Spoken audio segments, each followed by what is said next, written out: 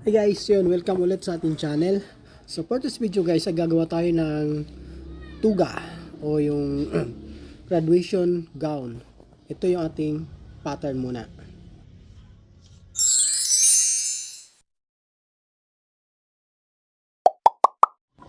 So ito yung ating pattern, naka-fold po yun. And then, so unat natin ilalagay sa shoulder. Ang shoulder niya is 18, divide natin sa 2 is 9 ang lalagay natin marking dyan. Sukat lang tayo ng 9 inches para sa shoulder. Then sa ating guhitan ng diretso. Tapos sukat tayo shoulder slope 1 in 1/2 inch. And then sa neck width naman is 7 inches, ang kalahati is 3 in 1/2 inch. Yan. Divide lang nanto yan. Tapos guhitan natin shoulder slope. And then so next naman maglalagay tayo ng front in back. Yan. Susukat tayo ng 1 inch para sa front and saka natin titracing sa likod para sa back parts naman.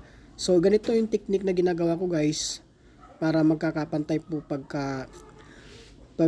gino shoulder mo na yung back at saka front para pantay po sila. So iba hindi naman po siya ganitong diskarte. So ito technique ko lang po ito. So yan minakyan natin din sa ating guguhitan para sa back parts. So ang ating pattern kay si front and back na po ito. Hindi natin paghiwalayin para hindi natin access sa pattern. So and then dito naman sa neck width is puba tayo ng 3/4 inch para sa neck, back neckline. Yan. Guhitan lang natin gamit natin French curve. So mula naman doon sukat tayo ng 7 inches to 7 1/2. Pwede para naman sa front neckline, naka-V-shape po ito guys. Mas maganda kung may curve ng konti. So gamitan natin ng hip curve para mas maganda yung curve naman. Yan. And then so ngayon naman sukat tayo ng sa chest. Ang chest niya 42 divide natin per 11.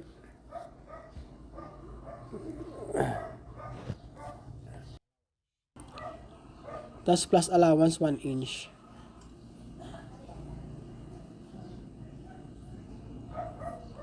So para sa chest line, and then dito naman sa shoulder guys, ay sa sleeve, dito naman sa armhole guys, ay ang sukat ng armhole niya is 22. So kalahati natin is 11. Ayan, marking natin 11. And then so i-connect natin yung armhole mula sa chest line hanggang dito sa shoulder, front at saka back. Ayan.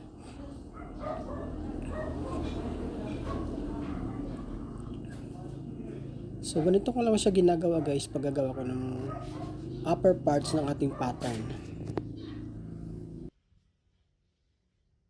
So armhole.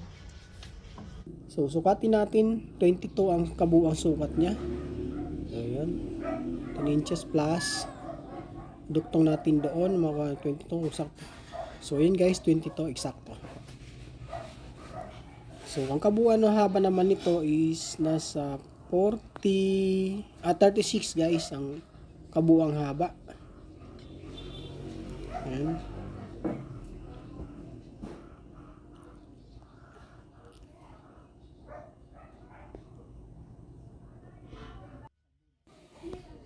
So ayan, dito sa laylayan guys, kung ano yung sukat ng chest line is ganon din po doon sa pinakalaylayan. So 11 inches yun, and then plus allowance 12 inches. Gandun din po ang lalagay natin doon sa pinakalaylayan. So ito guys ay meron pong shearing back and front dito sa gitna. So mamaya pag nagtabas tayo, doon tayo maglalagay ng allowance para po sa shearing. So itong pattern to is finish pattern po siya. Yan po ang ating kabuuang sukat ng ating pattern.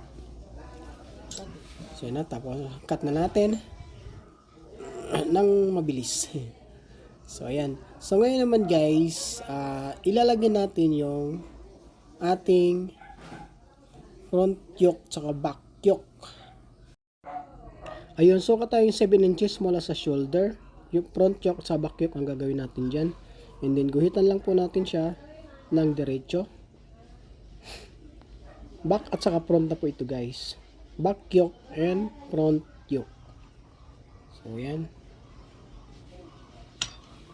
So yan na po siya. And then i-cut na natin siya. Yan. So ito na po yung ating pattern ng back yoke at saka front yoke. So sa allowance ito guys, sa tila na lang po natin maglalagay pag nagtabsa po tayo. Ayan, so dito sa back parts guys, magpa-plus tayo ng 5 inches naka-fold. 5 inches na naka-fold. So ito siya ang ating pattern. Next is sleeve. So sleeve natin ay dito. So wait muna tayo dito. And then ito yung center fold ng sleeve. Tapos ang sukat ng sleeve is almost 22. So sukat lang tayo dito ng 6 inches or 5 or 5 1/2. And then 22 divide 2 is 11. Copy natin siya.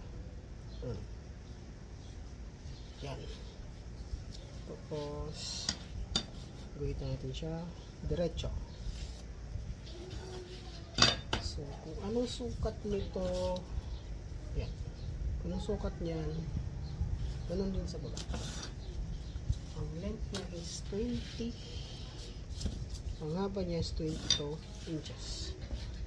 Here, plus allowance, 24.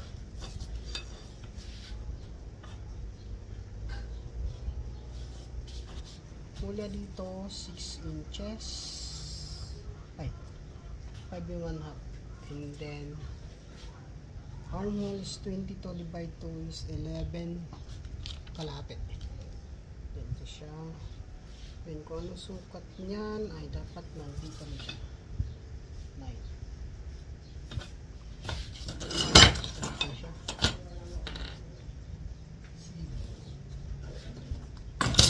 Tapos ito, card natin siya. Tingnan natin yung 11. Dito siya.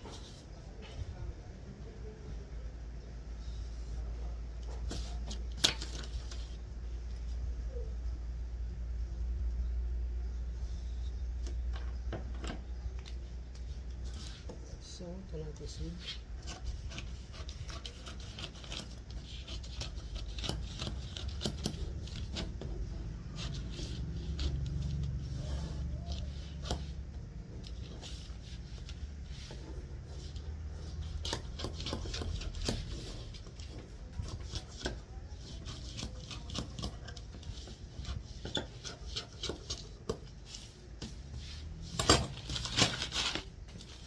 So sleeve, kalahati lang to. Dahil ito ay may shearing. So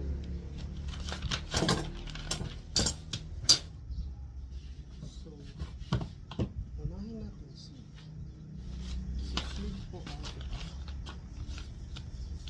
maliit yung kanyang. So plus 2 inches. 2 inch.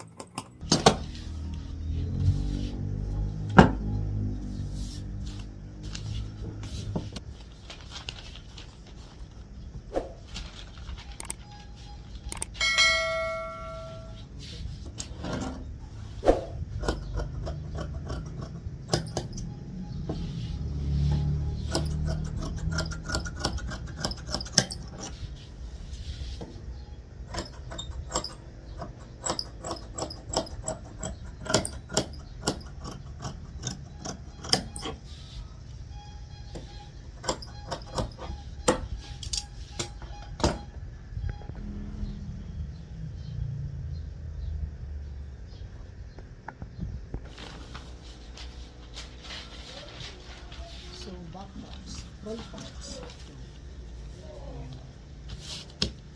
So dahil may shearing ito, magpa-plus tayo dito na 3 inches guys. 3 inches.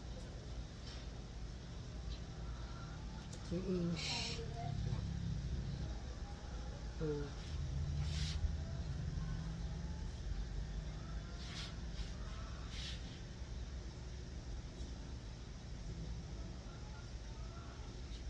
Plus yung allowance 2 inches.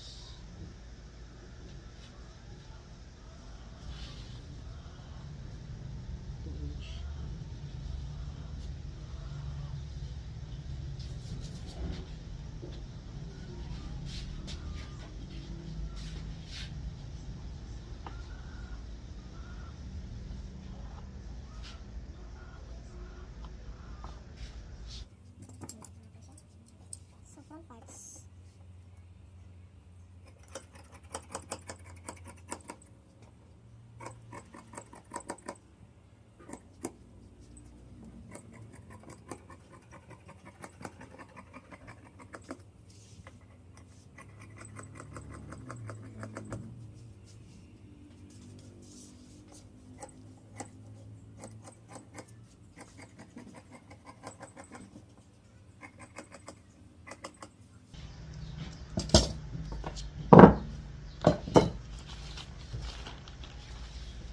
So front parts.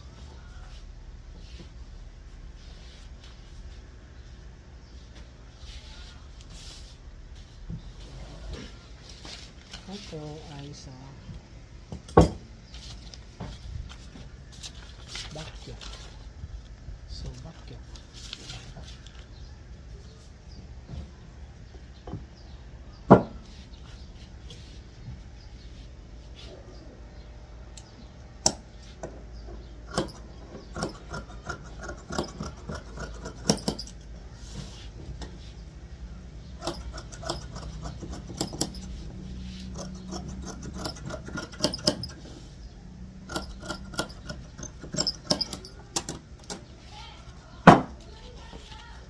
Dalawa to.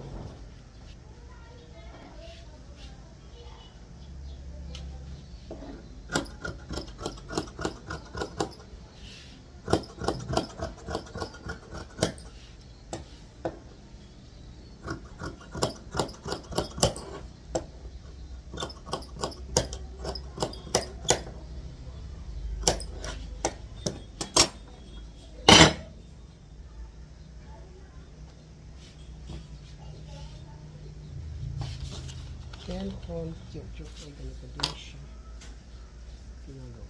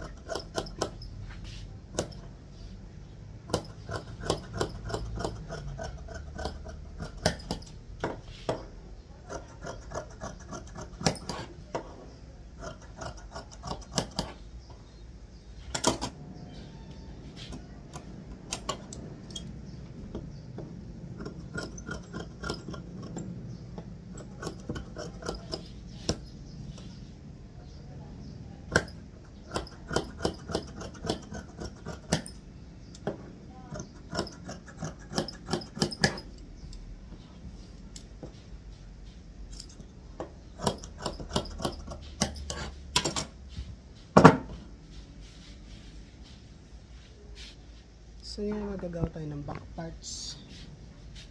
So yung back parts, single fold lang siya.